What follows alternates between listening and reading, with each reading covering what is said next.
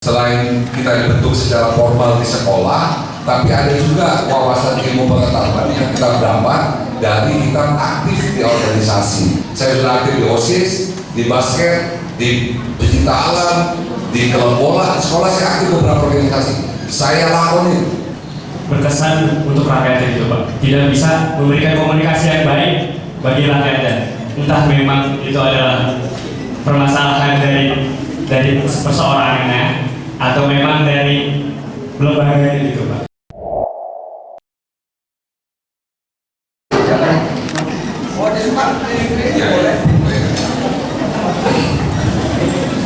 Bismillahirrahmanirrahim. Assalamualaikum warahmatullahi wabarakatuh. Alhamdulillah, bismillahirrahmanirrahim. Wassalatu wassalamu ala asyrofil mursalin sayyidina wa maulana Muhammadin wa alihi wa sahbihi ajma'in. Ya, saya hormati Ketua Cabang Pak Herudin tadi sudah memberikan sambutan. Pak Salil, Kepala Sekolah, Wakil Kepala Sekolah, Ibu Guru, Bapak Ibu Guru, dan ada operator sekolah juga di situ. Kelas 12 itu berarti kan kelas ujung ya, kelas terakhir. Setelah ini adik-adik akan mendapat status menjadi lulusan sekolah starta SMA. Nah, di Indonesia ini ada starta setelah SMA itu ada S1, ada S2, ada S3, yaitu starta sekolahnya itu. Walaupun persentase di Indonesia, jangankan yang S1 atau S2, yang SMA pun di Jawa Barat ada 20% anak-anak lulusan SMP tidak melanjutkan ke SMA.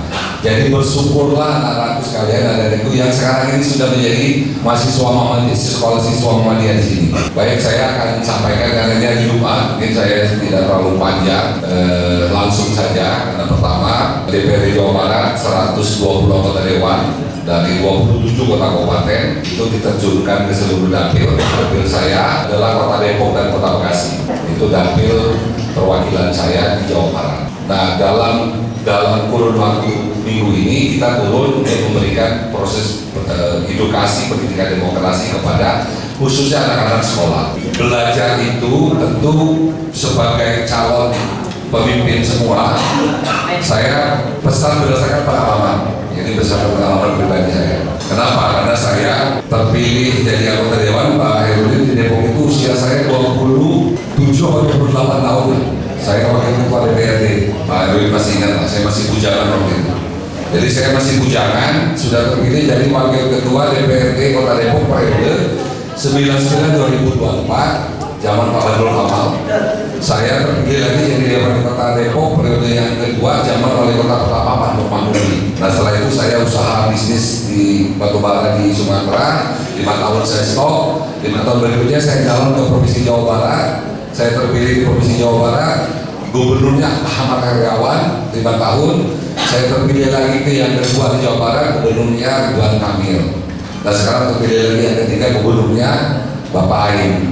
Menjadi pemimpin itu tidak mesti harus kita pintar dalam artian ilmu, tetapi menjadi pemimpin, menjadi apapun kita itu karena karakter pembawaan kita yang dibentuk. Selain kita dibentuk secara formal di sekolah, tapi ada juga wawasan ilmu pengetahuan yang kita dapat dari kita aktif di organisasi. Apapun organisasinya, mau sisi sekolah, mau ranting Muhammadiyah, mau karakter di kelurahan, ya kan, apapun organisasi, saran saya adik-adikku sekalian harus aktif.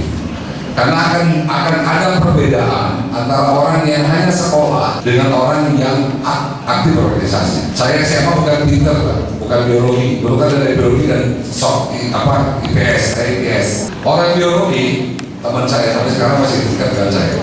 Itu pakainya rapi Pak, tasnya gede, rapi, sekolahnya tertib. Orang eksos itu rata-rata bajunya nggak masuk ke dalam, nggak di luar, maksud saya. Tetapi dia hanya fokusnya di belajar, pakai nilainya harus bagus. Saya nilai nggak bagus-bagus amat lah waktu SMA, kecuali waktu kuliah dapat beasiswa.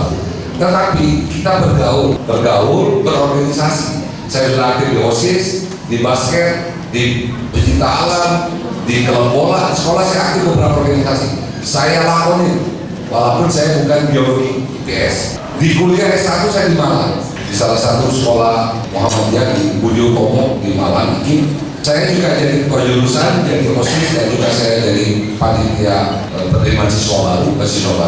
Itu saya aktif. Di S2 UI saya juga aktif. Di forum S2 di forum Wacana UI, saya juga salah satu orang yang ikut demo di Senayan ketika 98.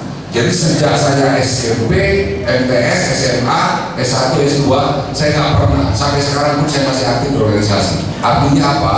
Belajar ilmu umum penting, tapi berorganisasi itu membentuk karakter adik-adik sekalian. Orang akan berbeda, dua orang di kelurahan Sawangan ini turun ke masyarakat, ada orang yang hanya pintar nilainya katakanlah mungkin 10 ilmu pelajaran umumnya, tapi ada yang cuma hanya 8, tapi yang 8 ini aktif di organisasi.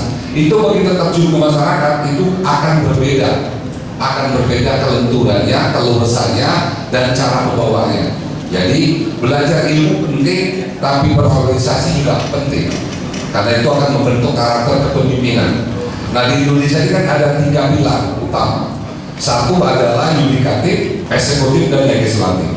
Kalau yudikatif itu dari jajaran penegak hukum, itu kan karir, kecuali jaksa agung yang itu politis. Eksekutif itu hanya presiden, bupati, gubernur, dan bupati wali kota yang politis, ya. Selebihnya itu ASN, pegawai negeri.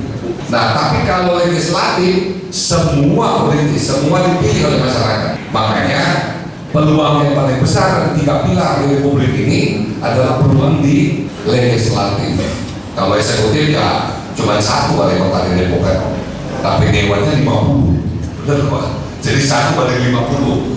Kalau wali kotanya pemimpinnya cuma 1 dipilih langsung, tapi dewannya 50 mewakili 6 dapil dari 11 kecamatan di Kota Depok.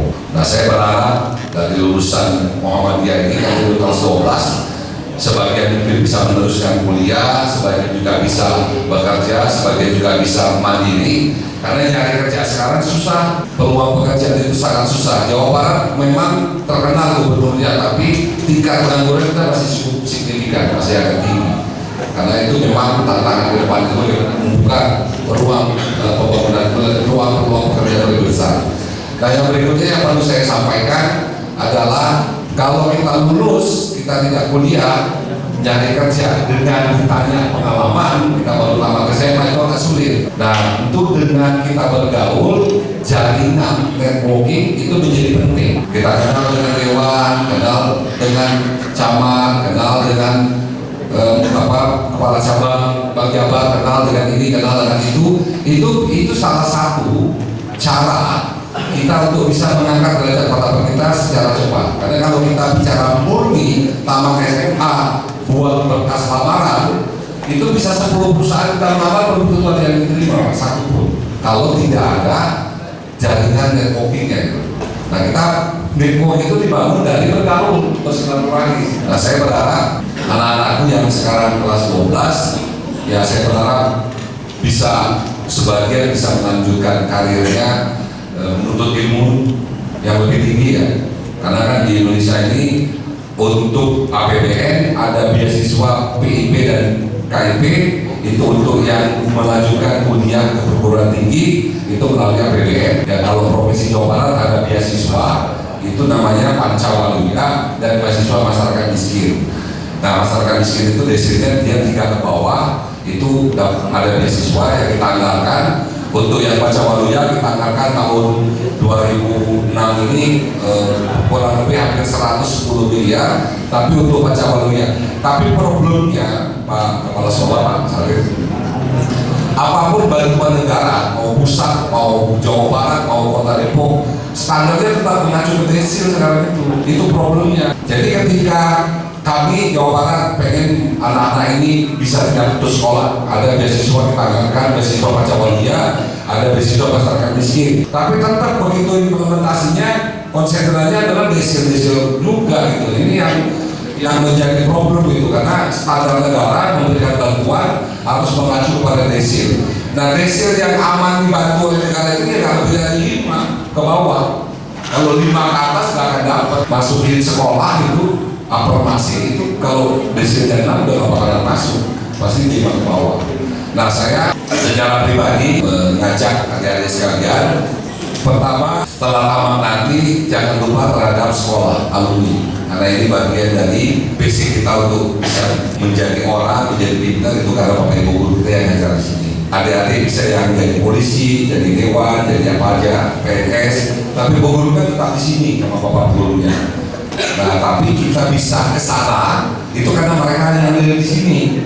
Maka pesan saya kalau udah ke sana jadi apapun ya jangan lupa alumni, jangan lupa sekolah kita di sini. Karena kita bisa ke sana itu gara-gara bapak ibu guru yang ngasih ilmu kita di sini. Itu satu. Yang kedua, jangan tidak mau kita bergaul yang positif ya, bergaul yang positif. Kenal sama dewan kota dewan bagus, kenal sama pejabat bagus, kenal sama kepala dinas, kepala pemerintah juga bagus. Jadi itu namanya networking, itu kita harus bangun. Supaya apa? Kita dapat informasi, kita bisa ada yang bisa mensupport, membantu dan memberikan uang dan sebagainya. Nah, yang ketiga tentu besar harapan saya, jangan cukup sampai di sini. Setelah tamat, gantungkan cita-citanya itu setinggi-tingginya. Walaupun saya paham kalau kita bicara pengen kuliah, itu agak keluh. Kita ngomong sama orang tua karena bicara duit, ya bicara biaya, benar nggak? Padahal kalau kita hitung semua mau jadi sarjana ini, karena itu kebanggaan dia dan buat masa depan dia. Tapi problem utama di Republik ini adalah biayanya tinggi dari pendidikannya. Nah, untuk itu kita juga bisa membangun jaringan bagaimana kita bisa mendapatkan beasiswa PIP dan KIP itu untuk anak-anak yang lulus SMA untuk melanjutkan ke perguruan tinggi. Nah, makanya Pak Gubernur ada sekolah mau di Jawa Barat itu, di Depok ada satu namanya SMA Negeri 1, total di Jawa Barat ada 41 sekolah. Itu menyiapkan anak-anak sekolah itu yang sebagian besar harus kuliah, harus melanjutkan ke perguruan tinggi. Kalau Pak Presiden, Pak Prabowo membuat sekolah namanya Sekolah Garuda, itu ada di Raja Maya di Bogor. Itu dia tidur di situ, makan di situ, bajunya dapat dari negara di situ, hanya untuk sekolah dan belajar. Itu jenjangnya pasti akan naik di perkuliahan negeri. Nah, ada juga program Presiden untuk sekolah rakyat bagi anak yatim piatu terlantar itu ditampung. Kita juga ada 20 sekolah rakyat di Jawa Barat yang sudah dibangun, nanti akan susun 4 lagi. Itu anak-anak itu akan tinggal di mes, tidur di situ, baju dikasih, makan 3 kali sehari dan tugasnya hanya belajar. Nah, Jawa Barat punya program namanya Sekolah Mau Manusia Unggul. Itu sebagian besar lulusannya itu harus naik ke jenjang perguruan tinggi.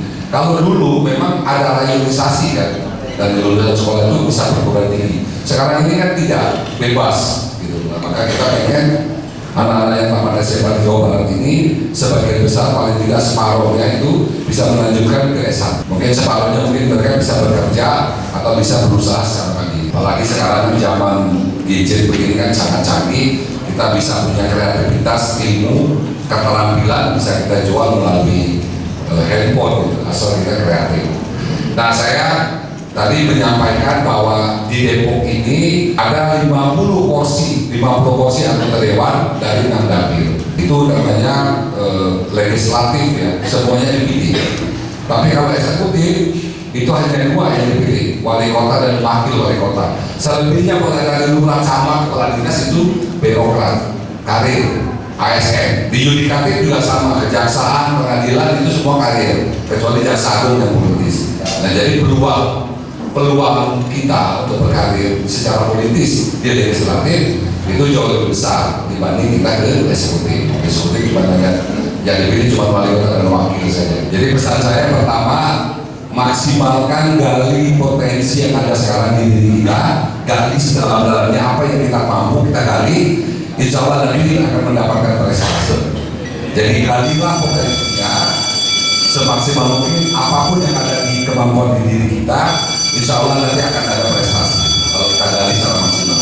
Yang kedua, saya pesan dimanapun setelah lulus, apapun dilakukan di polisi, tentara, PNS, dewan, apapun lah, jangan lupa kepada asal kita di sini. Karena itu penting bagi saya. Kenapa? Karena semakin kita kuat ikatan alumni kita, kalau ada yang mulai jadi direktur di luar kota sana, dia ngasih peluang adik-adik yang di sini, ada peluang pekerjaan apa, dia pasti kasih tahu informasi. Makanya membangun ikatan alumni itu harus lebih kuat supaya kita mungkin bisa mendapatkan ilmu apa peluang yang lebih besar. Nah, yang ketiga, saya pesan kepada adik-adik sekalian, tidak hanya menuntut ilmu secara formal, tapi beraktivitaslah di masyarakat, manfaatkanlah pengetahuan pasar kita di masyarakat secara maksimal apapun. Ini sekarang lagi ramai 17 Agustus. Ya, ambil alih, jangan orang-orang tua terus jadi panitia. Sekali-kali kita yang di depan gitu. Walaupun problemnya di uang, dulu saya juga sama. Sebelum saya tutup, kalau ada yang mau bertanya, silakan. Kalau kita tarik sejarahnya, demokrasi itu dibentuk untuk menyaring inspirasi rakyat, dan juga kita sebagai dapil itu untuk memberikan apa aja sih yang bisa untuk rakyatnya gitu. Jadi permasalahannya sekarang adalah orang-orang di DPRD itu dari DPR mungkin kurang berkesan untuk rakyatnya gitu Pak. Tidak bisa memberikan komunikasi yang baik bagi rakyatnya. Entah memang itu adalah permasalahan dari perseorangannya atau memang dari lembaga gitu Pak. Maksudnya kan saya anak muda nih Pak, jiwa saya masih merah banget. Saya itu menuntut keadilan gitu Pak. Seperti itu. Terima kasih. Nah, yang pertanyaannya adalah apakah dewan itu secara lembaga atau individu? Menurut saya kalau lembaganya nggak ada yang salah. Wakil rakyat itu kan perwakilan. Jadi kalau ada kurang komunikasi itu kepada oknum dewannya. Kan ada juga dewan sudah dipilih, ngasih uang daripada satu pemilihan sudah dipilih, begitu dilantik dia ganti nomor handphone. Banyak yang begitu. Nah, saya nomor handphone saya dari saya di Kota Depok sampai sekarang ya nggak ganti. Nomor saya tetap yang dulu. Nah, saya ingat pesan bapak saya, tidak boleh memutus silaturahim gitu pada orang, karena dengan ini kita bisa memutus sekian dengan orang lain. Nah, yang penting itu adalah dewan harus berani turun ke masyarakat, ya, menyampaikan program apa yang dilakukan oleh pemerintah Kota Depok hari ini kepada masyarakat, dan aspirasi apa yang harus diperjuangkan melalui dia ke pemerintah kota. Karena dewan itu fungsi itu kayak jembatan penyeberangan sungai. Jadi ibarat sungai, dewan itu adalah jembatannya. Dia adalah penghubung. Kan yang eksekutor itu kan pelaksananya kan adalah eksekutif. Ya, nggak bangun jalan ada dinas PU, ya kan? Ada dinas yang melaksanakan namanya eksekutif. Tapi legislatif ada 3 fungsinya. 1, mengesahkan APBD Kota Depok, APBN dan APBD Provinsi Jawa Barat, itu tugasnya. 2, membuat peraturan. Kalau DPR ini adalah undang-undang, kalau DPRD Provinsi dan Kota membuat peraturan daerah namanya, itu fungsi yang kedua. Yang ketiga, fungsi pengawasan. Nah, kadang-kadang fungsi pengawasan ini kan tidak dilakukan secara maksimal. Harusnya kalau dia menemukan proyek yang dulu waktu saya dewan di kota, saya sebelum turun ke lapangan saya baca dulu spek proyeknya. Begitu dulu atapnya itu pakai amper super, kayunya speknya, terus pondasinya pakai besi 19 bulir, itu kita ke lapangan, kita cek, ternyata 19-nya bukan bulir tapi banci. Kayunya bukan kamper super, senon yang dicat hitam gitu. Akhirnya saya potong itu, ternyata kayu senon. Jadi dia harus mampu memahami, mempelajari fungsi dan tugas secara baik. Nah, yang penting dewan harus terbuka. Jadi kalau dia telepon dewan harus jawab, dan dia juga punya ruang yang bisa dimanfaatkan melalui kayak saya. 1, pendidikan demokrasi sebulan sekali, seminggu sekali saya melakukan pengawasan di Depok ini keliling. 3 bulan sekali saya melakukan reses, 4 bulan sekali reses.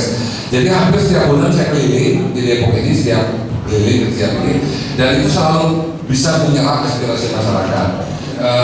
Pesan saya, jangan lupa adik-adik kalian belajar tekun, tapi mulai sekarang coba keluar sedikit, bergaul, berorganisasi, ya apapun lah, mau bola, mau